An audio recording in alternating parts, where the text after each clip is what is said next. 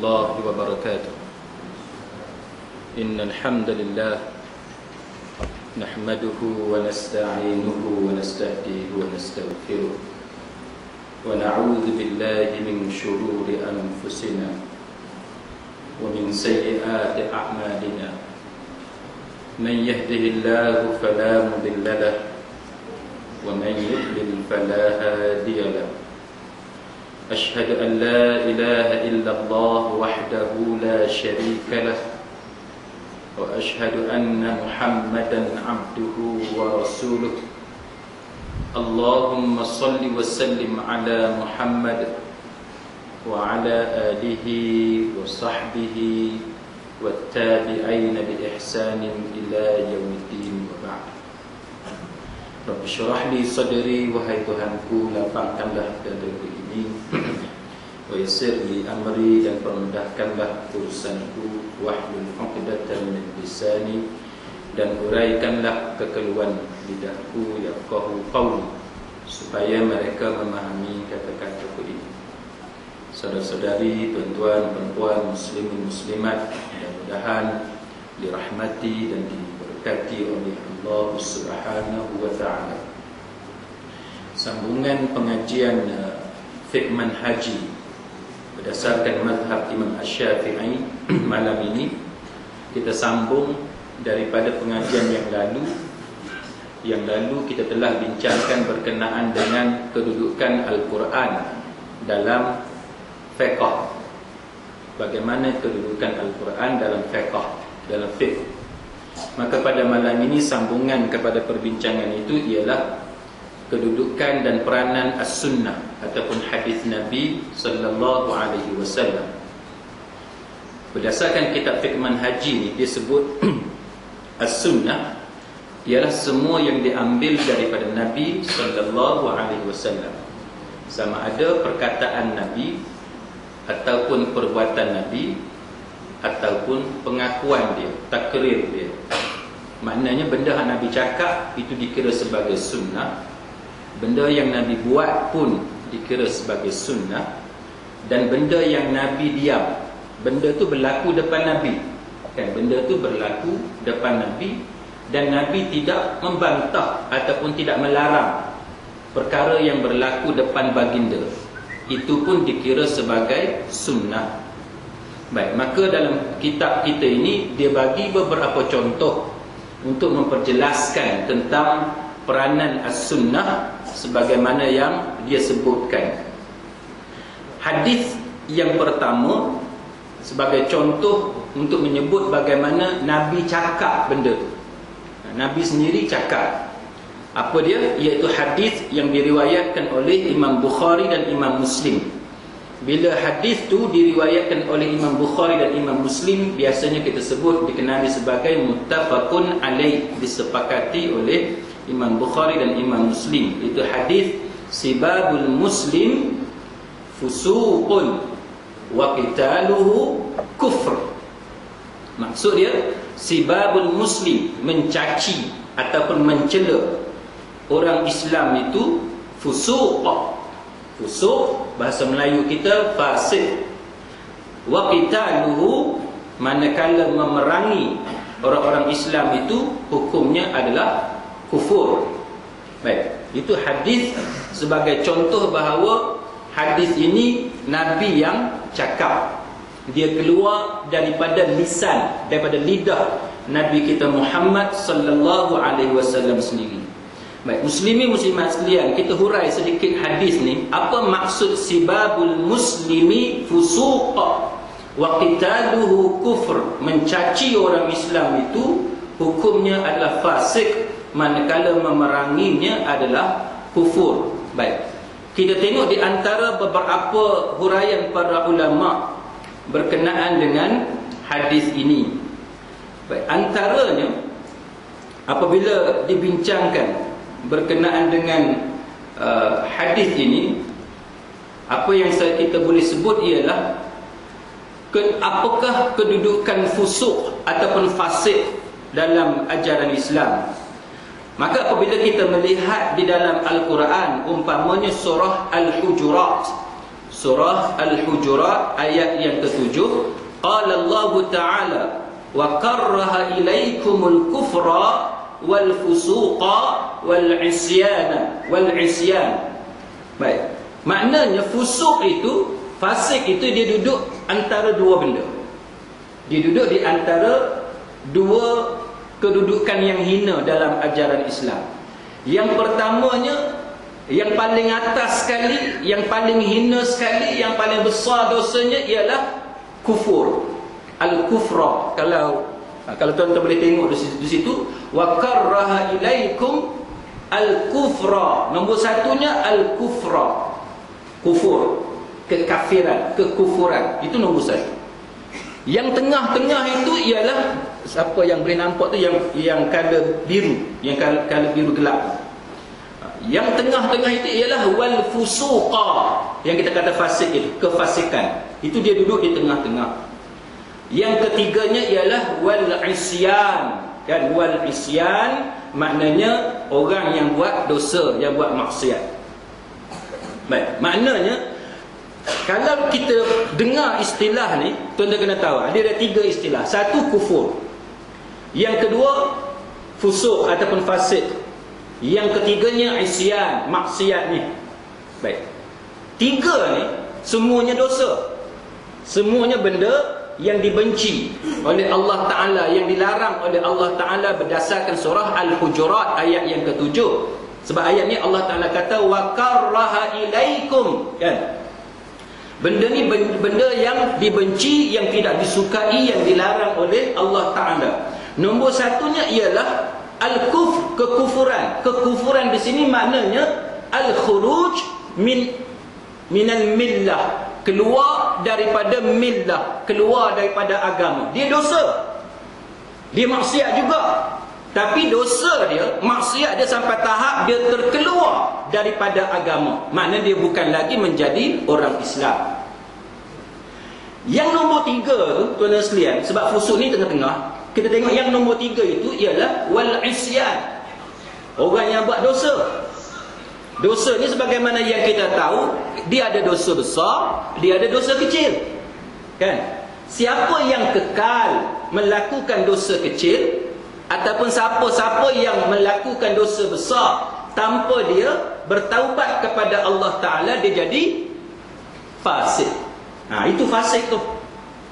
Siapa yang buat dosa kecil, walaupun dosa kecil, tapi berterusan, berkekalan. Dia bukan kata sekali-sekala, ahyanan tak. Dia bukan sekali-sekala, tapi dia berterusan, dia kekal dengan dosa kecil. Fasik. Ataupun dia buat dosa besar, dia minum arak umpamanya, dia berjudi umpamanya. Dalam kes ni dia memaki, mencela orang-orang Islam umpamanya, maka hukum dia fasik. Dan fasik itu kedudukan dia lebih tinggi daripada maksiat, lebih tinggi daripada isyan, dosa hak biasa ni. Dia lebih tinggi, tapi dia duduk di bawah yang kita panggil sebagai kufur. Maknanya dia tidak terkeluar daripada millah, tapi dia lebih besar daripada dosa, lebih besar daripada maksiat. Itu makna yang kita sebut sebagai fusuk. Jadi muslimin muslimat sekalian, maka apa yang dilarang oleh Nabi sallallahu alaihi wasallam ialah kita sebagai orang Islam jangan sekali-kali kita ni mencaci mencela. Mencaci mencela ini, muslimin muslimat sekalian, kita kena faham apakah yang dimaksudkan sebagai dengan mencaci ataupun mencela. Mencaci ataupun mencela ni, dia antara benda yang mana kita bercakap benda yang aib berkenaan dengan orang Islam tu, sama ada dia betul ataupun dia salah, kita cakap benda tu. Itu yang disebut sebagai mencaci dan mencela. Dan sebahagian ulama mengatakan bahawa mencaci mencela orang Islam ni, dosa dia lebih besar daripada mengumpat dan lebih besar daripada fitnah. Sebab dia gabung dua-dua sekali. Dia gabung dua-dua sekali. Caci dengan mencela ni tuan-tuan sekalian, dia bercampur antara hak betul pun dia, mengumpat tu pun satu, dalam tu ada, dan pada masa yang sama fitnah, pokok tambah tu, cerita tu. Yang itu yang dikatakan mencaci dan mencela orang Islam, yang mana hukum dia lebih besar daripada fitnah, bercakap dusta tentang orang Islam, saudara se-Islam, dan lebih besar daripada mengumpat. Itu besarnya kedudukan dosa apa yang disebut sebagai mencaci ataupun mencela orang Islam. Baik. Di sini dia kata qala An-Nawawi, berkata Imam Nawawi dalam syarah Sahih Muslim, dia mengatakan bahawa ijma', dia kata ijma' bi ijma'il ummah. Ijma' ummah ni maknanya ijma' seluruh ulama-ulama Islam mengatakan bahawa haramnya seseorang Islam itu memburukkan saudaranya tanpa hak. Kalau kita, tuan-tuan sekalian, kita mengadu, kita cerita buruk tentang orang Islam kerana kejahatan yang dia buat dan kita buat aduan kepada polis, yang tu tak termasuk. Kan? Yang tu tak termasuk. Ataupun dalam soal amar ma'ruf nahi munkar tentang kejahatan seseorang Islam umpamanya, maka kita perlu bercakap supaya orang ramai sedar tentang kejahatan dia. Yang tu tak termasuk. Yang tu hak, kan? Kita ada hak dari segi agama. Tapi yang tak bolehnya yang tidak ada hak. Dia sebagaimana mengumpat secara umumnya tak dibenarkan dalam agama. Sebab tu kalau tuan-tuan nak bercakap tentang benda buruk tentang saudara kita, tuan-tuan kena pastikan bahawa benda yang tuan-tuan cakap tu ada sebab. Contoh apa dia ada sebab? Katalah tuan-tuan duduk dalam satu kumpulan, persatuan umpamanya, pertubuhan ataupun jamaah, kan? Tiba-tiba ada seorang saudara kita ataupun pemimpin kita, dia buat satu benda yang tak berapa elok, kan? Benda yang tak berapa elok yang kita kena bincang. Maknanya bincang tu sebab apa? Sebab mungkin perlu ada orang pergi tegur dia, ada orang pergi nasihat, bercakap dengan dia dan sebagainya. Ataupun perlu ada usul dan sebagainya berdasarkan istilah dalam peraturan persatuan masing-masing dan sebagainya. Maka yang itu dibenarkan. Sebab ada tujuan yang baik, ada hak. Tapi bercakap seronok-seronok tanpa sebab apa-apa, bercakap tanpa ada tujuan apa-apa, suka-suka, itu yang dikatakan sebagai mengumpat.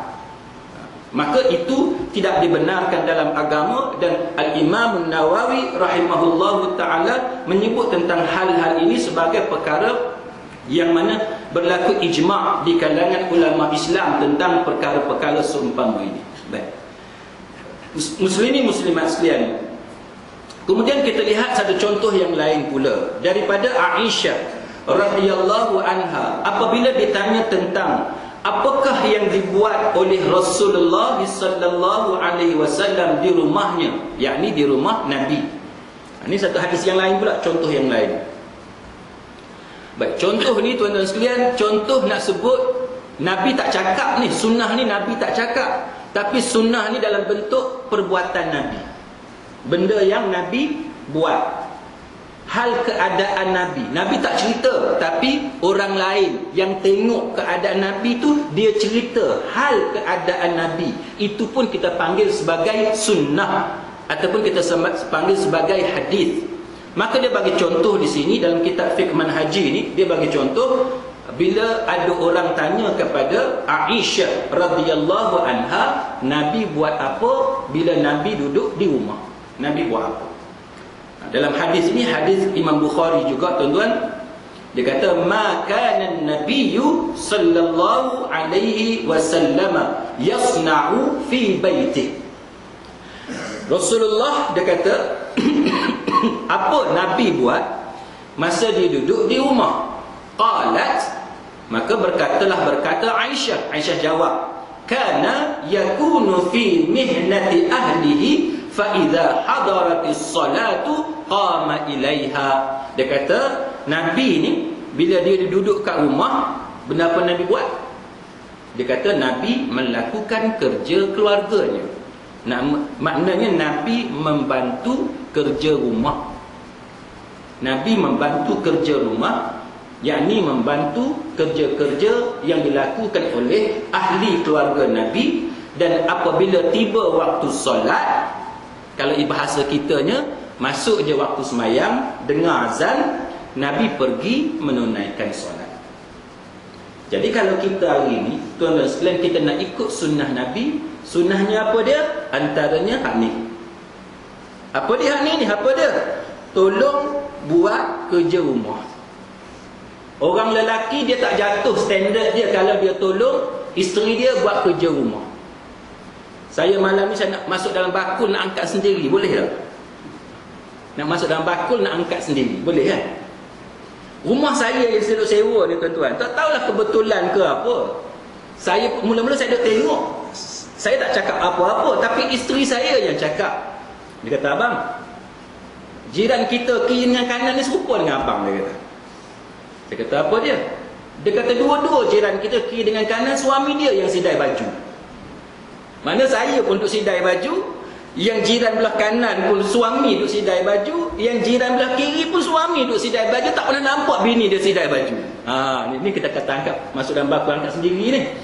Kan? Maknanya tuan-tuan, jatuh dah maruah kita orang lelaki. Contohnya macam saya lah, bukan saya nak puji diri tidak, tapi nak bagi contoh. Katalah saya sebagai seorang lawyer umpamanya, tidaklah terkenal sangat kan, tapi lawyer lah kita kata kan. Jatuh ke maruah seorang lawyer bila pagi-pagi contohnya dia bawa bakul baju, dia pergi sidai, orang duk tengok. Malu ni, nanti orang tengok bawa masuk bakul kan. Ada kereta lalu bawa masuk bakul dalam rumah, takut orang tengok, jatuh standard contohnya. Adakah jatuh standard? Tidak jatuh standard, malah mulia perbuatan yang sedemikian, kerana itulah selari dengan sunnah yang diajar oleh Nabi sallallahu alaihi wasallam. Apa ni lagi? Kerja rumah. Kerja rumah antara hal lain tuan-tuan, tolong basuh pinggan. Jatuh ke standard, katalah tuan-tuan ni seorang tok guru besar contohnya.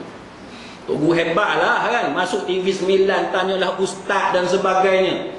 Ataupun tuan-tuan ni tokoh korporat, setiap kali masuk utusan Malaysia, masuk berita harian, orang interview macam mana peranan kita dalam mengangkat martabat imej korporat di Malaysia dan sebagainya. Macam-macam lah orang duk cakap. Tiba-tiba keluar cerita kita basuh pinggan dekat rumah. Jatuh ke standard tuan-tuan sekalian? Tak jatuh. Tak jatuh standard. Sebab itulah kerja yang dilakukan oleh Nabi, dan Nabi adalah sebaik-baik contoh kepada kita. Apa lagi tuan-tuan? Kita belikan, isteri kita sibuk dengan anak. Apa salahnya kalau kita tolong bersihkan ikan, perut ikan dan sebagainya? Kan? Membantu kerja rumah. Katalah satu hari kita cuti, kan? Nak habis cuti, kita ambil cuti. Isteri kerja di pejabat pagi sampai petang. Kita duduk kat rumah relax.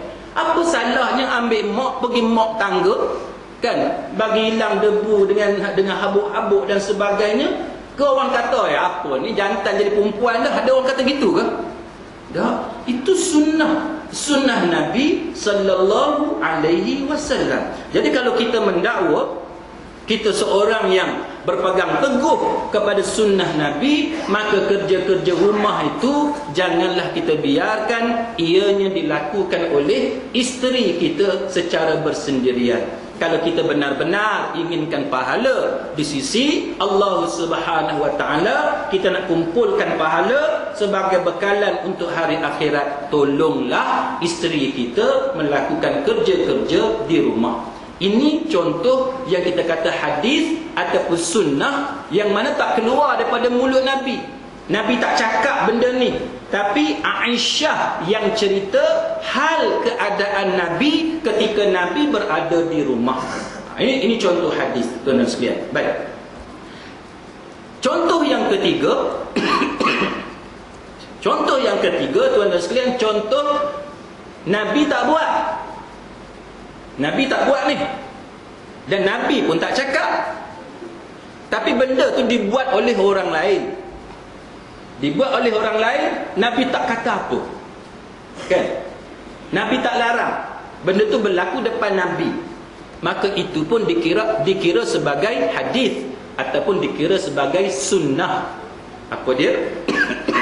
Ini hadis yang diriwayatkan oleh Imam Abu Daud. Baik. Dia kata Nabi sallallahu alaihi wasallam melihat seorang lelaki solat 2 rakaat setelah menunaikan solat subuh. Kan? Sembahyang subuh, tiba-tiba dia pergi sembahyang. Lepas sembahyang subuh, dah sembahyang dah subuh, tiba-tiba dia pergi sembahyang pula. Lepas habis sembahyang subuh berjemaah, dia pergi sembahyang pula. Nabi pun kata kat dia. Nabi kata dekat lelaki ni, Salatus subhi raka'atan. Nabi kata sembahyang subuh ni 2 rakaat, kan? 2 rakaat. Nabi kata faqala ar-rajulu, berkata lelaki tu jawab dekat Nabi, inni, dia kata, lam akun sallaitu rak'ataini lataini qablahuma fa sallaituhuma al-an. Dia kata apa? Dia kata aku belum menunaikan solat sunat 2 rakaat sebelum sembahyang subuh. Dia kata maka aku melakukannya sekarang. Kan? Nabi tak pernah ajar ni dekat mana-mana sahabat. Nabi tak pernah ajar dekat mana-mana sahabat. Tiba-tiba sahabat ni dia pandai-pandai dia pergi buat. Pandai-pandai dia pergi buat. Bila Nabi tanya dekat dia bagi penjelasan kepada Nabi, sebab dia tak sempat nak sembahyang sunat 2 rakaat sebelum subuh. Ini yang saya pernah cerita dulu kepada tuan-tuan, bahawa kalau tuan-tuan nak sembahyang sunat yang mengiringi solat fardu, antara sembahyang sunat yang mengiringi solat fardu, hak paling tuan-tuan kena jaga, hak paling tuan-tuan nak kena jaga, kalau tuan-tuan nak ambil kira dari segi fadilat, dari segi besarnya pahala, nombor satunya antaranya ialah ni, sembahyang sunat sebelum subuh. Kalau betul-betul nak pahala, kan? Kalau tuan-tuan kata aku nak cari satu sembahyang yang aku tak mau tinggal, nak buat setiap kali sembahyang mesti buat, antaranya yang nak kena ambil perhatian ialah sembahyang sunat sebelum subuh. Jadi bila lelaki ni dia cakap dekat Nabi bahawa dia qada sembahyang sunat sebelum subuh tu, padahal Nabi tak pernah ajar pun, fasakata Rasulullah sallallahu alaihi wasallam, Nabi pun senyap. Bila Nabi senyap tu, tuan-tuan sekalian, yang tu dia menjadi sunnah. Nabi buat tak? Nabi tak buat. Nabi ajar tak dekat sahabat suruh buat macam tu? Nabi tak ajar. Tapi bila sahabat ni pergi buat, Nabi tak larang, itu dia panggil takrir. Dia panggil takrir, pengakuan ataupun persetujuan ataupun redanya Nabi atas perbuatan yang berlaku depan mata baginda, maka itu dikira sebagai sunnah. Walaupun benda tu bukan Nabi cakap, bukan benda yang Nabi buat, maka hadis ni tuan-tuan sekalian menjadi dalil bagi sesiapa yang committed maknanya yang multazim, yang sentiasa melakukan sembahyang sunat sebelum subuh. Bukan jenis macam setengah orang tu adalah sekali dua dia buat, bukan macam tu. Orang yang committed, yang sentiasa duk jaga sembahyang sunat sebelum subuh, tiba-tiba dia tak sempat, contohnya dia bangun terlewat, dengar azan, dia pergi ke masjid terus sembahyang, sampai orang dah sembahyang, dia tak sempat nak sembahyang sunat sebelum subuh, maka adalah menjadi sunnah bagi orang itu, dibolehkan dalam hukum syarak, dapat pahala jikalau habis sembahyang subuh berjemaah itu dia qada. Maknanya dia sembahyang sunat sebelum subuh tu selepas selesai sembahyang subuh. Kan? Ini contoh tuan-tuan sekalian yang kita belajar pada malam ni. Setakat tu ada sebarang soalan, sebarang concern tak ada? Boleh Maka dia dalam kitab kita ni dia kata diamnya Rasulullah sallallahu alaihi wasallam ini dianggap satu pengakuan daripada baginda bahawa solat qabliyah selepas solat fardu adalah disyariatkan bagi mereka yang belum melakukannya sebelum solat fardu tersebut. Maknanya dari segi hukum syarak diizinkan kepada sesiapa yang ingin menunaikan solat qabliyah, solat sebelum fardu subuh, dia nak buat tapi dia tak sempat, maka diizinkan dalam hukum syarak untuk dia melakukan selepas selesai dia menunaikan solat subuh. Katalah bukan sembahyang berjemaah, tuan-tuan bangun terlambat, bangun Sekarang ni subuh habis pukul berapa? 7.30, lebih kurang kan? Lebih kurang lah, 7.30. Subuh habis 7.30. Tuan-tuan bangun 7.25. Contohlah, sebagai contoh. Bila tuan-tuan bangun 7.25, kita sembahyang subuh dululah, kan? Sembahyang subuh dulu. Dan lah ambil air sembahyang gosok gigi lebih kurang, tinggal lagi 2-3 minit sembahyang subuh. Kan? Sebab dalam syarak, selagi tuan-tuan sempat 1 rakaat dalam waktu, dia kira sembahyang itu tunai. Dia kira adaan. Makna tuan-tuan dapat waktu tu. Kan? Kita pun sembahyang subuh 7.30 ni, sembahyang subuh ni. Kan? Dikira dapat. Okey, terlepaslah kita dapat pahala, insya-Allah dengan izin Allah Taala dapat pahala yang tu. Baik. Lepas tu boleh tak kita sembahyang sunat qabliyah? Boleh. Berdasarkan hadis ini boleh. Jawapan dia boleh. Sekarang kita tengok kepada martabat as-sunnah. As-sunnah, dia kata menduduki martabat yang kedua sebagai sumber hukum selepas Al-Quran. Dia nombor 2. Maknanya kita kena rujuk kepada Quran dulu, kemudian ada masalah, tidak ada hukum dalam tu, tak dapat penjelasan dan sebagainya, lepas tu barulah kita merujuk kepada hadis ataupun kepada sunnah Nabi sallallahu alaihi wasallam. Apabila kita dapati hukum tersebut ada dalam sunnah, maka hendaklah kita mengamalkannya sebagaimana beramal dengan Quran, dengan syarat hukum tersebut mestilah sabit daripada Rasulullah sallallahu alaihi wasallam dengan sandaran sanad yang sahih. Kita nak beramal ni tuan-tuan, 2 benda yang sangat penting dalam agama. Ada dalam 2 benda ni tuan-tuan tak boleh tak buat. Tak boleh tak ikut, mesti ikut. Apa dia? Quran dan hadis. Hadis ni hadis yang sahih. Hadis yang sahih ni tuan-tuan, kalau bahasa kita orang Melayu yang nak bagi mudah faham, maknanya hadis tu kita yakin dia betul daripada Nabi sallallahu alaihi wasallam. Itu makna hadis sahih dalam bahasa yang mudah. Hadis tu kita yakin, tahap yakin betul dia daripada Nabi. Kalau hadis macam hadis dhaif umpamanya, kita ada syak wasangka. Hadis tu mungkin daripada Nabi, mungkin tidak daripada Nabi. Itu maksud hadis lemah. Hadis yang dhaif, hadis lemah, kita ada masalah, ada pertikaian. Baik. Maka selain daripada 2 ni, muslimin muslimat sekalian, kita boleh tinggal tak selain daripada 2 ni? Boleh tak kita tak ikut? Contohnya benda yang ulama kata. Benda tu tak ada dalam Quran, tidak ada dalam hadis Nabi, tapi ijtihad ulama. Tiba-tiba kita tak buat benda yang ulama sebut, sebab kita pilih ulama yang lain. Kan? Adakah kita berdosa? Macam mana semua pakat dia? Tidak. Selagi tuan-tuan ikut pendapat yang tuan-tuan yakin benar. Kan? Ada ulama katalah ada 3 orang.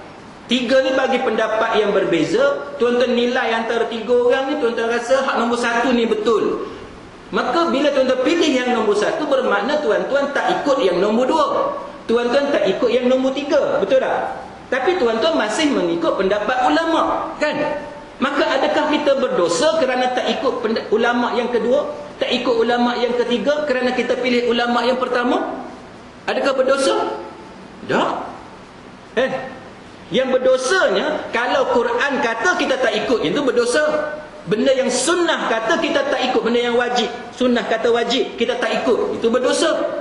Tapi yang ulama kata, ulama ada ramai, umpamanya ada 10 orang, kita ikut seorang, tak ikut yang 9, adakah kita berdosa? Kita tak berdosa. Contoh 4 mazhab. Dalam 4 mazhab ni tuan-tuan ambil 1 mazhab, tak ikut 3 mazhab, adakah tuan-tuan berdosa?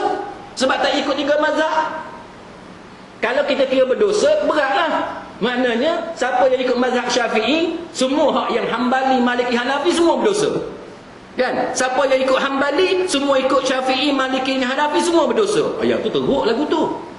Jadi sebab itu kita kata bahawa penerangan ulama, walaupun dia berbeza antara satu sama lain, selagi penerangan dia, pendapat dia, fatwa dia berpandukan kepada Quran dan hadis, selagi itu kita boleh meninggalkan ijtihad yang lain, ambil ijtihad yang lain, asalkan masih dalam lingkungan Al-Quran dan Sunnah dan tidak bertentangan dengan jelas daripada ayat Quran dan dengan hadis Nabi sallallahu alaihi wasallam. Nak bagi contoh sikit kat tuan-tuan. Saya contoh ni saya tak berapa suka sebenarnya. Sebab saya sebenarnya tak berapa suka kritik orang ni, saya tak berapa suka. Tapi saya rasa perlu saya kongsi dengan tuan-tuan. Semalam kalau saya tak silap, saya menonton TV3. Kan? Saya jarang tengok TV3 ni tuan-tuan. Sudah duk kalut-kalut ni jarang tengok TV3. Tapi semalam ni ada ruang sikit duk tengok TV3. Waktu pagi lepas anak pergi sekolah, saya buka TV3.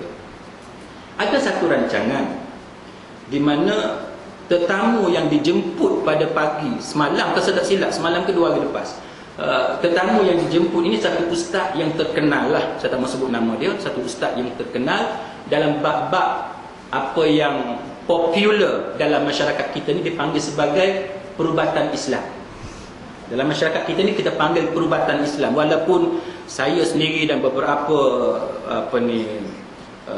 pendakwah yang lain tak berapa setuju dengan istilah perubatan Islam, tapi tak apalah, masyarakat kita panggil istilah dia dengan istilah perubatan Islam. Yang saya nak cerita dekat tuan-tuan, dia mengajar cara nak halau gangguan histeria, nak ubat masalah histeria. Histeria tu dah tahu kan? Maka dia ajar cara nak bacaan untuk menghalau menghalau gangguan jin yang membabitkan histeria ini. Ada satu bacaan disuruh dia tiup pada tapak tangan tu, pegang tapak tangan, tepuk pada antara tulang belikat dekat belakang. Kan? Tulang kipas tak? Tulang kipas kita panggil. Kan? Tulang kipas, tulang belikat dua belakang ni, tengah-tengah tu kita tepuk. Jadi bahagian tapak tangan kita yang ni bagi kena di tengah-tengah, dia kata. Dan dia sebut bahawa kenapa kita menggunakan tapak tangan. Yang saya kongsi dengan tuan-tuan. Dia kata kenapa kita guna tapak tangan? Dia kata sebab pada tapak tangan kita ada nombor 18 dengan nombor 81. Nombor 18 dengan nombor 81, 18 campur 81 berapa? 99. 99 tu mewakili Asmaul Husna. Tuan-tuan tengok dekat tapak tangan tuan-tuan ada tak 99? Tak ada ke? Saya ada. Tuan-tuan tak ada? Berat tuan-tuan ni, macam mana tak ada Asmaul Husna kat tapak tangan ni? Ada ke tak ada? Ada ke tak ada? Ada kan? Ada ke tak ada ni? Kalau tak ada ni something wrong ni. Kalau tak ada something wrong.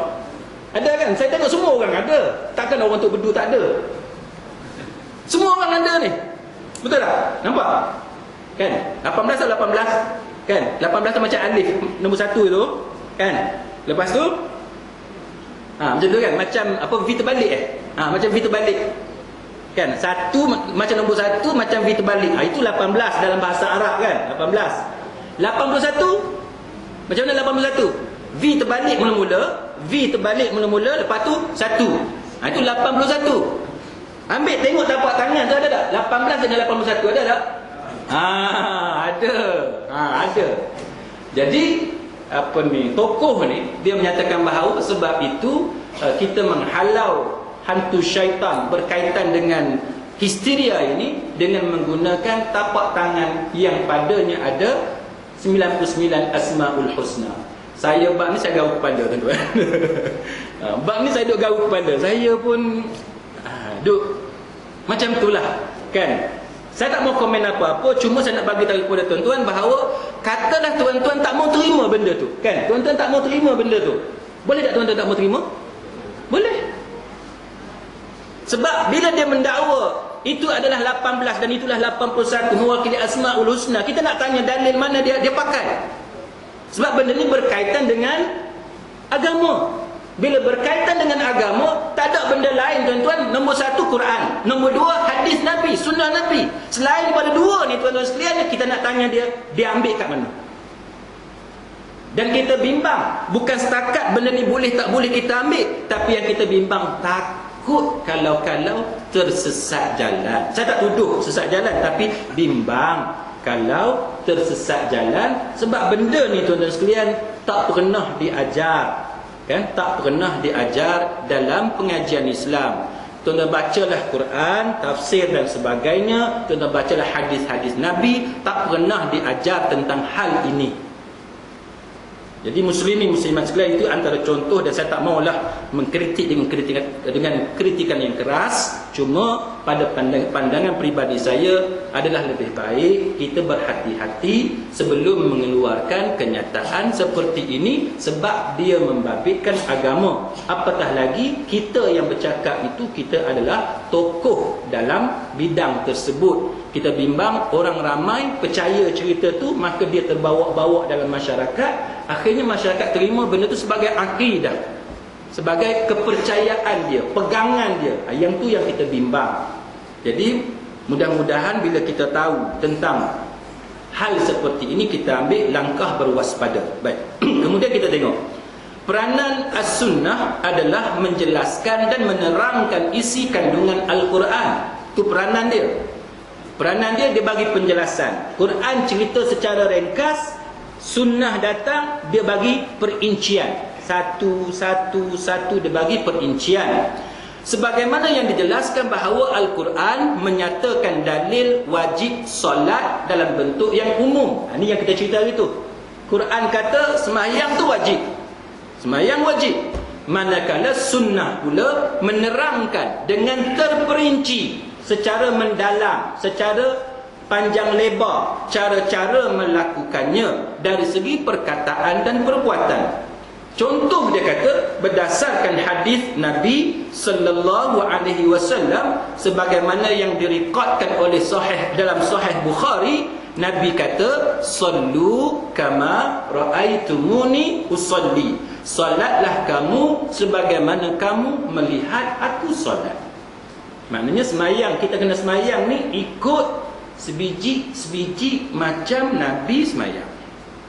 Jadi dalam hal ni tuan-tuan sekalian, apakah cara tuan-tuan nak belajar cara semayang supaya betul-betul macam Nabi semayang? Antara benda yang tuan-tuan nak kena buat ialah memperbetulkan cara belajar semayang. Macam mana tuan-tuan belajar cara semayang? Dalam masyarakat kita lebih popular dengan kitab Minyatul Musalli ataupun Munyatul Musalli. Saya secara peribadi bukanlah tidak bersetuju dengan kitab itu, bukan tak setuju, tetapi saya mencadangkan dia ada pilihan lain. Dia ada pilihan lain yang pada pendapat peribadi saya lebih baik kalau kita belajar ada buku lain ataupun kitab lain yang sebenarnya lebih tepat dengan kehendak hadis ni. Sallu kama raaitumuni usalli. Contohnya saya bawa malam ni sekadar nak tunjuk dekat tuan-tuan, kat rumah saya ni ada 2 buku dalam bahasa Melayu. Dalam bahasa Melayu tuan-tuan pun boleh baca. Satunya tuan-tuan, dia pengarang dia sama tapi dia ada cetakan yang berbeza. Satunya dia kata tajuk buku ni contoh sembahyang Rasulullah sallallahu alaihi wasallam. Tajuk buku ni contoh sembahyang Rasulullah sallallahu alaihi wasallam. Pengarang dia Muhammad Nasiruddin Al-Albani. Alih bahasa dan tambahan baru oleh Abdullah Al-Qari. Ni ustaz di Kelantan ni. Ni Abdullah Al-Qari ni satu ustaz di Kelantan yang banyak menulis, menyusun, menterjemah buku-buku agama, dan dia buat buku ni. Kalau tuan-tuan tengok buku ni sangat mudah untuk tuan-tuan faham. Sangat mudah untuk tuan-tuan faham. Dan kalau tuan-tuan banding antara buku ni, bukan saya nak memperendahkan mana-mana buku ataupun mana-mana tokoh, tapi saya hanya bagi cadangan tuan-tuan. Kalau tuan-tuan nak belajar sembahyang, nak cek balik cara kita sembahyang, nak perbaiki cara kita sembahyang, kita selama ni kita belajar Minyatul Musalli, maka apakah salahnya kalau tuan-tuan belajar satu lagi buku? Belajar satu lagi buku, baca buku ni, tengok banding sembahyang kita tu dengan kandungan buku ni. Sebab apa saya syorkan buku macam ni tuan-tuan sekalian? Kerana buku ni bila dia cerita tentang tata cara sembahyang, dia akan bawa sokongan dalil. Kan? Dia akan bawa sokongan dalil. Hadis mana? Hadis Bukhari contohnya. Hadis Bukhari contohnya. Hadis Muslim contohnya. Hadis Tirmizi contohnya, Abu Daud dan sebagainya. Lepas tu dia letak pula kedudukan hadis, sahih ke, dhaif ke, ada pertikaian ulama ke. Mana kita boleh baca, kita boleh banding. Oh, yang aku buat selama ni tak ada pun dalam buku ni. Macam mana tu? Kan? Yang kita dah buat selama ni tak ada. Lu cari-cari tak ada. Tu ada benda yang tak kena lah tu. Kan? Ataupun yang kita buat selama ni ada, tapi ada cara lain pula yang Nabi buat. Kan? Ada cara lain yang Nabi buat. Maknanya ada beberapa cara. Ada beberapa riwayat yang menceritakan bahawa bila Nabi buat satu benda tu, Nabi buat beberapa cara. Kan? Antaranya apa dia? Bila bangkit daripada sujud umpamanya, nak pergi ke rakaat yang kedua misalnya, kan? Antaranya cara yang pertama, Nabi tekan tangan dia ke lantai, ke tanah, Nabi bangkit. Kan? Itu antara caranya. Lepas tu cara yang kedua apa dia? Nabi pegang pada lutut, Nabi bangkit. Lagi, Nabi tekan pada paha baginda, Nabi bangkit. Dia ada beberapa cara. Dan kita pun bacalah, kita tengok cara yang macam mana yang sahih, cara macam mana yang tak sahih, yang kita buat ni cara macam mana, yang kita duk tekan sebelah tu macam mana. Baru kita tahu bahawa sembahyang kita ni adakah sebiji macam yang Nabi buat, ataupun sebenarnya kita main agak-agak, kita buat kita rasa betul tapi sebenarnya tak betul. Itu cara dia. Caranya mudah ya tuan-tuan. Tuan-tuan boleh baca, lepas tu tuan-tuan tak faham boleh tanya ustaz dan sebagainya. Buku yang kedua pun pengarang yang sama juga tuan-tuan sekalian. Cuma ni edisi yang telah revised, yang telah di revise apa dia? Yang telah di revise disemak kan? Yang telah disemak lah, yang telah disemak. Edisi yang telah disemak. Pengarang yang sama, Muhammad Nasiruddin Al-Albani. Dia sebenarnya ada beberapa pengarang, tapi saya bagi contoh yang ni. Tajuk dia Sifat Solat Nabi. Ini juga satu buku yang bagus yang saya syorkan kepada tuan-tuan. Yang ada dengan saya ni alih bahasa Muhammad Talib. Alih bahasa Muhammad Talib ni versi Jakarta, Yogyakarta. Penerbit di Yogyakarta, tuan-tuan sekalian. Juga bahasa dia bukanlah bahasa Indonesia yang susah untuk tuan-tuan faham. Dan dia ada komentar dia ada ulasan dia. Dan cara yang sama juga dia bawa macam mana pandangan Imam Syafi'i dan sebagainya. Sebab tu saya kata bahawa ini antara buku yang sangat bagus. Sebab contoh saya sebut kepada tuan-tuan, dalam buku ni yang Sifat Solat Nabi, Muhammad Nasiruddin Al-Albani, dia kata tentang bagaimana sikap para imam dalam mengikuti sunnah dan dalam meninggalkan perkara yang menyalahi sunnah Nabi. Kita ni orang Islam kan? Nabi kita ialah Nabi Muhammad. Kita mesti ikut Nabi Muhammad. Maka bila kita nak ikut Nabi Muhammad, antara benda yang kita mesti buat ialah ikut sunnah Nabi. Dan benda yang bercanggah dengan sunnah kita wajib tinggal kan? Maka dia kata, dia bagi beberapa contoh yang saya nak kongsi dengan tuan-tuan sekalian.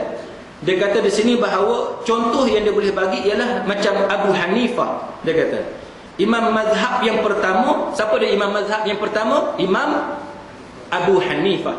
Mazhab ni ada 4 kan?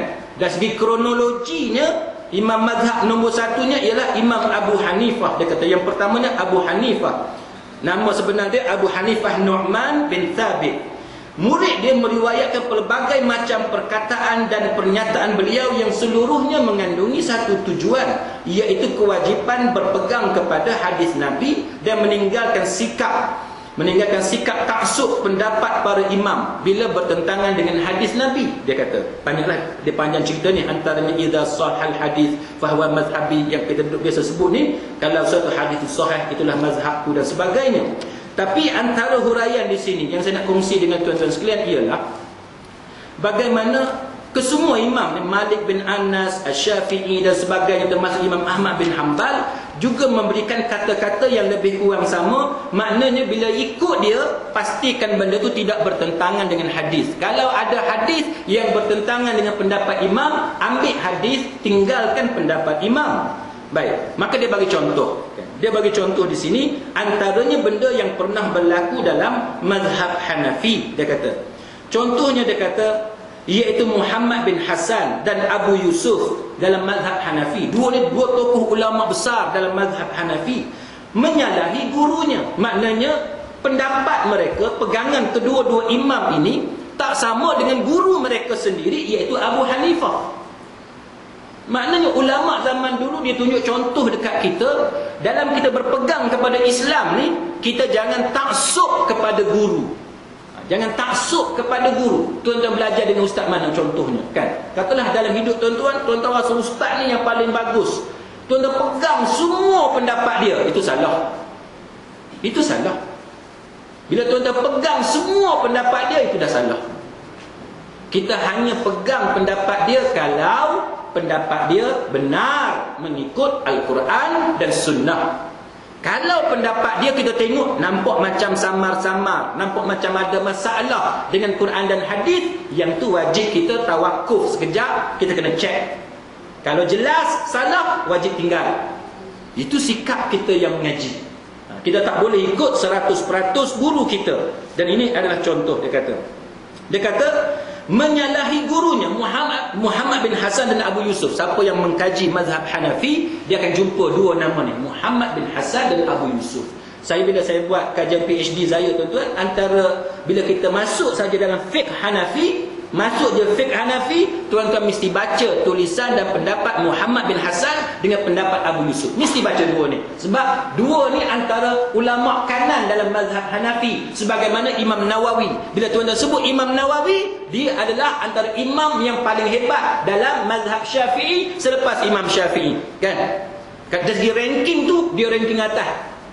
Dalam mazhab Hanafi, kalau nak cari orang yang sama macam Imam Nawawi dalam mazhab Syafi'i, dalam mazhab Hanafi, dua nama ni, Muhammad bin Hasan dan Abu Yusuf antaranya. Ada nama-nama lain lagi, tapi antaranya dua orang ni. Maka dua orang ni, tuan-tuan sekalian, dia bercanggah, pendapat dia tak sama dengan Abu Hanifah 1/3. Bukan sikit-sikit. Bukan sikit-sikit. 1/3 daripada pendapat Imam Abu Hanifah, dua orang ni tak sama. Maknanya banyak. 1/3 banyak. Bukan 3/4, bukan 10, 20.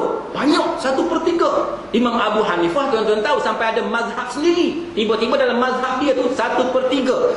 Muhammad bin Hasan dengan Abu Yusuf tak pakai. Dia ada pendapat dia sendiri. Maka Islam yang kita belajar ni macam tu.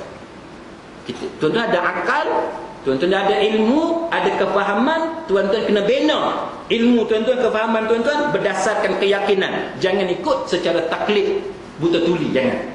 Kan? Kita belajar, kita banding dengan guru kita yang pertama kata apa, guru yang kedua kata apa, guru ketiga kata apa. Kita compare dengan Quran dan hadis. Itu cara dia, tuan-tuan. Baik. Kemudian dia kata contohnya dia kata Imam Muhammad bin Hasan minta maaf. Baik, tuan-tuan, dia kata Imam Muhammad, dia kata, adapun dia kata Abu Hanifah, dia kata berpendapat bahawa dalam meminta hujan tidak perlu solat. Imam Abu Hanifah, dia kata kalau tuan-tuan nak minta hujan tak perlu semayang. Semayang apa? Istisqa, kan? Istisqa. Saya sempat masa dekat Mekah tu tahun 2005 ke 2005, tengah hari itu ada pengumuman dekat Masjidil Haram. Dia kata esok kita akan buat sembahyang istisqa. Dia kata, dia ceritalah bahawa Mekah ni dah lama tak hujan apa semua. Lepas tu dia kata dah kering, banyak berlaku mudarat, kesusahan kepada orang ramai. Maka dalam usaha nak minta tolong dengan Allah Ta'ala, dia kata hari esok kita akan sembahyang istisqa. Dia kata yang akan diimamkan oleh Syekh Shuraim. Dia kata, saya seronok sebab saya antara imam yang menjadi favourite saya Syekh Shuraim. Baik, bila dengar macam tu seronok dah hati, kan? Kita nak dengar sendiri macam mana Syekh Shuraim mengimamkan sembahyang sunat istisqa, sunat minta hujan. Baik, sunat minta hujan, siapa yang ada pengalaman, kalau kat Malaysia ni jarang sangat sebab Malaysia ni hujan kerap, kan, sampai berlebih pula, kan. Tapi dekat Mekah, Madinah ni dia bumi dia gersam, kan. Dia susah nak hujan. Jadi hujan ni satu benda yang kira rahmat besar, tuan-tuan. Sepupu saya dia orang petani. Orang petani, dia lahir di Mekah. Jadi bila dia duduk dah berpuluh tahun di Mekah, kemudian usaha dia nak mendapatkan kerakyatan Arab Saudi ditolak oleh kerajaan Arab Saudi. Ayah dia ditolak oleh kerajaan Arab Saudi. Maka ayah dia bawa anak-anak dia, sepupu saya ni, belajar dekat UIA. Masa belajar dekat UIA ni, masa tu college kami di Bangsa, Kuala Lumpur, tiba-tiba hujan. Sepupu saya ni Melayu Mekah. Dia dengan geng-geng Melayu Mekah ni tuan-tuan, 4-5 orang keluar daripada college menari beramai-ramai tengah hujan. Kita bakal tengok pelik, ni orang gila mana ni duk menari tengah hujan ni, kan? Kenal ni UIA ni, pelajar UIA, tapi duk menari tengah hujan. Pelajar UIA mana ada menari tengah hujan tuan-tuan? Budak Afrika tak menari tengah hujan. Tiba-tiba budak Melayu Mekah menari tengah hujan. Rupa-rupanya memang tuan-tuan, orang Arab ni, kalau yang duduk di Arab Saudi, kalau hujan turun, dia punya suka tu, lagu tu dia buat. Dia keluar, dia menari, dia menyanyi, dia joget bawah hujan tu. Dia punya seronok. Susahnya hujan. Maka sebab tu, kalau tuan-tuan nak belajar sembahyang sunat istisqa, antaranya ialah duduk dekat Mekah. Kan? Sebagaimana tuan-tuan nak belajar sembahyang jenazah. Sembahyang jenazah dekat Tok Bedu berapa kali? Sebulan ada? Payah kan nak jumpa kan? Jalan sekali, 2 kali gitulah kan? Kadang-kadang sebulan sekali, tak ada kot kan? Tapi kalau nak belajar sembahyang jenazah, pi masa buat haji, buat umrah kan, tiap kali sembahyang ada je sembahyang sunat jenazah. Kalau balik Mekah tak reti lagi sembahyang sunat jenazah, bengong sungguh lah. Akhirnya bengong sungguh lah. Sampai tak reti lagi, tak tahulah. Nak cerita lagu tu lah, makna kerapnya. Jadi sembahyang sunat istisqa ni antara sunnah Nabi. Dalam mazhab Abu Hanifah tuan-tuan, dia kata apa? Dia kata Abu Hanifah berpendapat bahawa meminta hujan tak perlu sembahyang. Maknanya sembahyang sunat istisqa tidak disunatkan dalam mazhab Hanafi berdasarkan pendapat Imam Abu Hanifah. Ini pendapat Imam Abu Hanifah. Dia kata tak sunat sembahyang untuk minta hujan. Maka dia kata apa tuan-tuan? Akan tetapi, akan tetapi menurut pendapat kami ada imam yang memimpin solat 2 rakaat berjamaah, kemudian berdoa, lalu mengubah posisi selendangnya sehingga hujung yang di sebelah kiri menjadi di sebelah kanan dan sebaliknya. Mana Imam Muhammad dia tak setuju dengan pendapat big boss dia. Dia tak setuju dengan pendapat tok guru dia, Imam Abu Hanifah. Dia ada pendapat dia sendiri bahawa sunat buat sembahyang sunat istisqa. Itu contoh.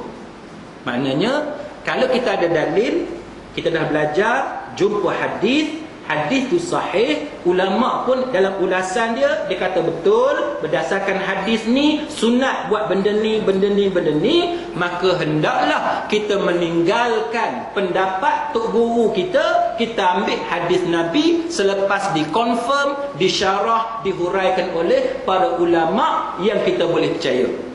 Sebab kita sendiri baca hadis mungkin faham lah kalau bila diterjemah dalam bahasa Melayu, tapi nak istinbatkan hukum, nak buat hukum daripada hadis kita tak boleh. Maka kita kena ikut huraian para ulama yang alim dalam bidang tersebut. Contoh yang kedua tuan-tuan, bin Yusuf Al-Balqi, dia kata salah seorang murid Imam Muhammad dan salah seorang yang banyak mengikut kepada Imam Abu Yusuf, dia kata fatwanya banyak yang berbeza dengan fatwa Abu Hanifah. Fatwa dia berbeza dengan fatwa Abu Hanifah, kerana sebelumnya Abu Hanifah tidak mengetahui adanya hadis. Abu Hanifah imam yang besar, tapi Imam Abu Hanifah ada masa dia tak mengetahui adanya hadis. Tetapi beliau ini tahu ada hadis pada orang lain, kemudian dipergunakannya untuk berfatwa. Oleh kerana itu dia mengangkat kedua tangannya saat hendak rukuk dan bangkit daripada rukuk. Baik, ini dalam kitab Al-Fawaid. Nak cerita gini, dalam mazhab Hanafi nak rukuk ni sembahyang kan, bila waladdallin amin, katalah baca surah kan, baca tabbat yada abi lahabin dan sebagainya. Lepas tu nak rokok, Kita mazhab Syafi'i kita angkat tangan kan? Sebab apa tuan angkat tangan? Sebab apa? Lah, tak tahu sebab apa? Takbir lah kan? Takbir apa tu? Lah, pasal apa tuan-tuan ni? Malu ke semua batuk macam saya ni? Takbir dia ada dua kan? Takbir apa dia? Satu takbiratul ihram. Takbiratul ihram bila? Mula-mula tu kan? Sebab apa nama dia takbiratul ihram? Mula-mula tu sebab apa? Sebab tuan-tuan dalam ihram. Betul? Betul ke salah ni? Oh, tuan-tuan ni berat. Saya pun jadi keliru dah ni. Sebab tuan-tuan dalam ihram, tapi bukan ihram haji, bukan ihram umrah, ihram semayang. Kan? Takbiratul ihram. Sebab apa nama dia takbir ihram? Sebab apa nama dia takbir ihram? Sebab tuan-tuan dalam ihram. Tuan-tuan mula ihram. Mula ihram, tapi ihram tuan-tuan tu bukan ihram haji, bukan ihram umrah, tapi ihram semayang. Apa dia ihram semayang? Iaitu benda yang halal di luar semayang, bila tuan-tuan takbir, haram dalam semayang. Itu maksud dia, haram dalam semayang. Apa dia? Contohnya bercakap. Cakap ni haram ke? Dah. Cakap ni mubah kan, permissible, benda yang dibolehkan. Cakap dengan saya, cakap dengan isteri, cakap dengan anak, benda yang mubah, benda yang dibolehkan. Bila takbir ya Allahu Akbar, haram bercakap. Tak boleh cakap dah. Haram ustaz cakap, haram. Tuan cakap je dosa. Bukan setakat batas semayang. Tuan jangan salah faham. Bukan setakat batas semayang. Sengaja membatalkan semayang dengan bercakap. Contohnya, haram hukum dia. Haram maknanya berdosa. Ini orang Melayu panggil dosa free ni. Tak pasal-pasal. Kan? Tak pasal-pasal. Ihram haji lagu tu juga. Ihram haji, benda yang di luar haji halal. Masuk je ihram haji, tak boleh buat dah. Kan? Ihram umrah tak boleh dah. Apa dia contohnya? Tuan-tuan boleh tengok tadi tu senyum. Contoh apa dia? Apa dia? Kahwin. Kahwin haram ke kahwin? Kahwin tak haram, tapi bila ihram tak boleh kahwin. Apa dia lagi? Benda-benda yang berkaitan dengan aktiviti seksual. Aktiviti seksual kan? Di luar di luar ihram, dia harus, bila tuan-tuan dalam ihram, dia jadi haram. Dia bukan setakat menjejaskan manasik, bukan setakat menjejaskan ibadat haji dan umrah, tapi dia haram. Haram ni maknanya berdosa. Jadi takbir ni nombor satu, dia ada takbiratul ihram. Bila tuan-tuan nak rokok, bangkit daripada rokok kepada i'tidal, kita panggil takbir intiqalat. Intiqalat makna dia apa? Takbir intiqalat. Takbir intiqalat maknanya takbir perpindahan. Intiqalat ni, siapa yang biasa sikit bahasa Arab, bila kita sebut nukilan kan, naqal, dalil naqli. Tuan tahu dalil naqli? Naqli tu nukilan tu, naqal tu pindah, makna dia pindah. Ambil daripada Quran, tu dalil daripada Quran. Naqal, dinaqalkan daripada Quran, ambil daripada Quran. Naqal daripada hadis Nabi, ambil daripada hadis Nabi. Semayang ni takbir intiqalat, maknanya takbir perpindahan rukun. Daripada qiyam tu tuan-tuan nak rokok, Imam Abu Hanifah kata tak sunat takbir. Tak sunat angkat tangan tu. Tak sunat angkat tangan. Takbir tu sunat, tapi angkat tangan tu tak sunat. Bangkit daripada rokok, pergi kepada i'tidal, tidak sunat angkat tangan. Kita mazhab Syafi'i, kita belajar kitab ni, angkat tangan tu sunat bila nak rokok, betul tak? Semua orang angkat tangan kan? Bila tuan-tuan bangkit daripada rukuk, i'tidal tu angkat tangan lagi sekali. Maka dalam cerita kita ni tuan-tuan sekalian, ulama mazhab Hanafi tak setuju dengan tok guru dia, Imam Abu Hanifah. Adakah dia buat benda salah? Adakah dia dia buat benda salah kerana mengingkari guru dia? Tak. Dia sebenarnya mengikut ajaran tok guru dia, yang mana tok guru dia kata kalau benda yang dia cakap tak serupa dengan hadis Nabi, jangan ikut benda yang dia cakap, tapi ikut hadis Nabi. Jadi benda tu yang kita nak set cara kita berfikir. Kita nak set minda kita. Kita tengok tok guru kita kata lagu ni, hadis kata lagu ni, hak tok guru tu walaupun tuan-tuan dah ikut 40 tahun dah kena tinggal. Hadis ni baru jumpa je. Baru jumpa. Tuan-tuan cek dalam internet dan sebagainya, tanya ustaz dan sebagainya. Betul lah hadis ni. Betul lah hadis ni. Tuan-tuan tak ada pilihan dah. Walaupun tuan-tuan duk ikut tok guru ni dah 50 tahun lah contohnya. Dan dia tu bukan orang jahat, orang baik. Dia orang baik. Kita bukan kata dia jahat tak. Dia orang baik. Ramai anak murid. Tapi bila kita jumpa satu hadis ni tak serupa dengan benda tok guru kita ajar, maka kewajipan kita tinggal hak tok guru ajar, ambil yang hadis Nabi. Dan itulah perilaku ulama-ulama mazhab. Ulama-ulama besar, dia boleh tinggal tok guru dia kata dan dia buat berdasarkan sunnah Nabi. Saya pernah jadi imam di apa ni, Takbai, tuan-tuan, di Takbai. Kami dalam perjalanan pergi ke Mesai, masa tu di UIA, kami buat program bakti siswa daripada selatan Thailand sampai kepada sempadan Burma, Mesai, Chiang Rai Mesai tu. Dia apa ni, masjid minta wakil pelajar UIA jadi imam. Dia orang pun minta saya jadi imam. Dia pesan, dia kata kami masjid ni kami mazhab Hanafi, dia kata kan. Mazhab Hanafi, maka dia kata nombor satunya dia kata jangan bismillah, dia kata kan. Nombor satu jangan bismillah, dia kata. Okey, jangan bismillah. Tapi bukanlah maksud jangan bismillah, maknanya jangan jaharkan, jangan nyaringkan bismillah. Jadi bismillah tu kita perlahan. Jadi mula-mula tu alhamdulillah, bismillah tu pelan-pelan. Kemudian bila waladhdallin tu amin tak ada. Amin tak ada. Jadi waladhdallin, lepas tu baca surah. Amin tu tak ada. Itu contoh. Tuan-tuan sekalian kan. Jadi tak apalah, itu orang kampung yang mana kita kena raikan. Nanti kalau kita baca yang berbeza dengan dia, nanti timbul masalah besar dan sebagainya, tak apa, kita ikut. Tapi nak bagi contoh kepada tuan-tuan, mazhab Hanafi ni dia ada beberapa benda yang tak sama. Bila kita tengok, kita compare dengan hadis, kita ambil hadis kan. Sama dengan mazhab Syafi'i, mazhab Hanbali dan sebagainya. Benda yang kita buat selama ni kalau tak sama dengan hadis Nabi, kita tinggal.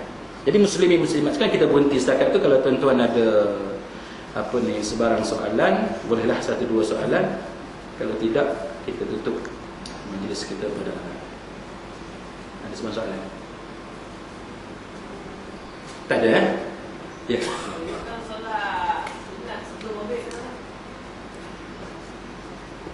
Sembahyang sunat sebelum maghrib. Baik, kalau tuan-tuan nak ikut pendapat yang rajih, pendapat yang rajih maksud saya ialah pendapat yang paling kuat. Pendapat yang paling kuat, tidak ada sembahyang yang mengiringi sembahyang maghrib dalam maksud saya sebelum maghrib. Yang sebelum maghrib tu tidak ada. Sebab itu kalau tuan-tuan pergi setengah-setengah masjid, tuan-tuan tengok dia lepas dia azan, dia terus sembahyang. Dia tak tunggu dah untuk sembahyang sunat, istilah kita qabliyah lah kan. Sembahyang sunat sebelum masjid tu, sembahyang sunat sebelum maghrib tu tidak ada. Walau bagaimanapun, kebanyakan masjid dalam negara kita ni dia bagi ruang dalam 10 minit kan. Bila dia bagi ruang dalam 10 minit untuk anak Korea datang masjid bersiap dan sebagainya, ada orang semayang. Baik, bila ada orang semayang, hak ni jadi isu. Isunya apa dia? Bukan isu apa. Isunya apa dia? Isunya status semayang tu semayang apa. Yang tu yang kita nak tahu. Kita jangan main buat je kan. Kita tak boleh main buat, tak tahu apa benda. Ni semayang apa ni? Semayang sunat. Semayang sunat apa? Qabliyah. Bila dia kata qabliyah, yang tu hak jadi isunya. Dia kita nak kena pun betul.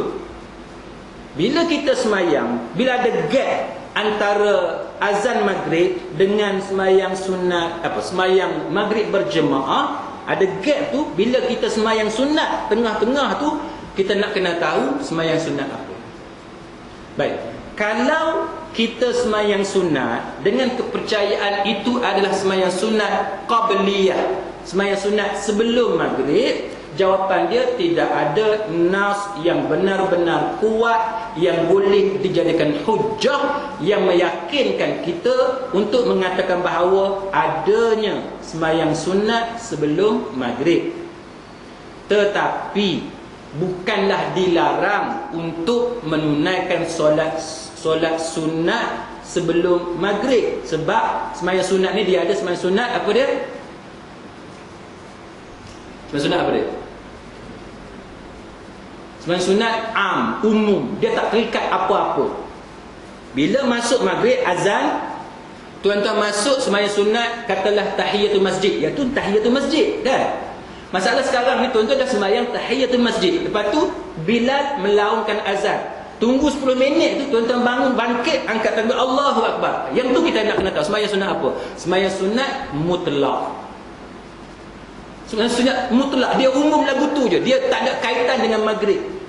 Dia tidak ada kaitan dengan maghrib. Jadi kalau ada di kalangan kita yang dah sembahyang tahiyatul masjid, lepas tu Bilal azan, sementara tunggu 10 minit orang nak datang tu, ada masa kosong, dia nak sembahyang, dia boleh sembahyang, tapi bukan sembahyang sunat mengiringi fardu, bukan sembahyang sunat qabliyah, tapi sembahyang sunat dalam istilah fiqhnya dipanggil sembahyang sunat mutlak. Boleh? Sembahyang sunat mutlak. Wallahu a'lam. Ada soalan lain? Cukup kan? Cukup kan? Jadi muslimin muslimat sekalian, mudah-mudahan ada manfaat di sisi Allah Subhanahu Wa Taala. Untuk giliran kuliah saya 2 minggu lagi kan? 2 minggu lagi tu kita bagi ruang kepada Dr. Badrul Amin, betul tak? Mana JK? Ada? Betul? Betul? Okey. Untuk 2 minggu lagi kan? 2 minggu lagi kuliah kita tidak ada. Kita bagi ruang untuk Dr. Badrul Amin ceramah kan? Ceramah lepas maghrib. Lepas maghrib. Jadi aku qauli hadza wa astaghfirullahal azim li wa lakum. Wassalamualaikum warahmatullahi wabarakatuh.